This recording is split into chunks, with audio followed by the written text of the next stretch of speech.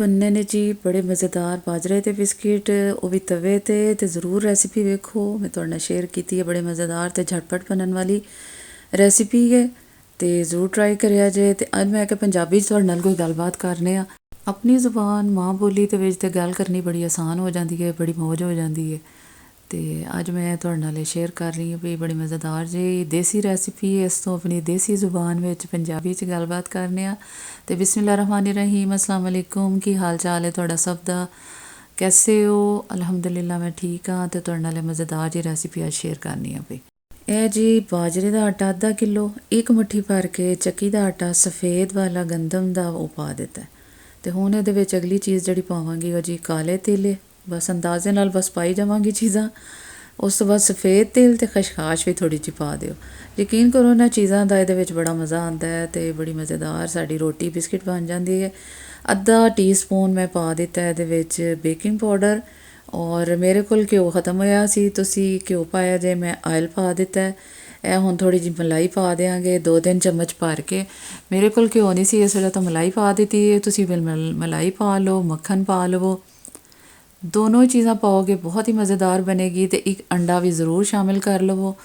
हुण गाढ़ा जिहा शीरा बना के मैं रखिया है गुड़ का, वो विच पा दिता। तो इन्हां चीज़ां नूं मिक्स करना है हत्थ दे नाल अच्छी तरह मिक्स करके बस आटे जैसी डो बना लैनी है। मिक्स करनी है पई। जो ही ये मिक्स हो गया तो आटा साडा तैयार हो गया। बड़ा मज़ेदार जिहा मिठा चख लवो, घट लगे तो मिठा थोड़ा और तेज़ कर लवो। तो जी हुण बनावांगे पेड़े, छोटे छोटे पेड़े। तो इहदे बेलने दे उत्ते चकले दे उत्ते ही मैं पा लेने तिल। उत्ते पेड़े नूं दबाया तो वो तिल अच्छी तरह चिपक गए ने। तो छोटे छोटे बिस्किट रोटियां असीं तैयार कर लईआं ने। घ्यो पा दिता है तवे दे उत्ते गर्म करके, बस मीडियम जी अग रखनी हल्की जी। तो तवा गर्म हो जाए तो हल्की अग कर दिओ, क्योंकि गुड़ वाला है। तो ये उत्ते ज़रा आराम नाल सेक के असीं बनावांगे ताकि मज़ेदार जे साडे ये बिस्किट ते रोटियां तैयार हो जान। तो देखो मैं जिहड़ा ना तिल वाली साइड वो पहले तवे दे उत्ते पाई है। तो हुण सेक के इनू आराम दे नाल असीं ये मज़ेदार जे बिस्किट ते रोटियां तैयार कर लांगे। इनू तुसीं काफ़ी दिन तक रख सकदे हो, 5-6 दिन तुहाडे कोल पे रहन, हफ्ता पे रहन, आराम सकून दे नाल जनाब तुसीं ये खांदे रहो। डब्बे च बंद करके बना के एक बारी रख लो। जदों भी चाह बनाओ 4 बजे सुबह नाश्ते दे टाइम दिल करे तो बस डब्बा खोलो तो चाह गरम गरम दे नाल तुसीं मज़ेदार जे बिस्किट खाओ। हैल्दी भी ने तो मज़ेदार भी ने।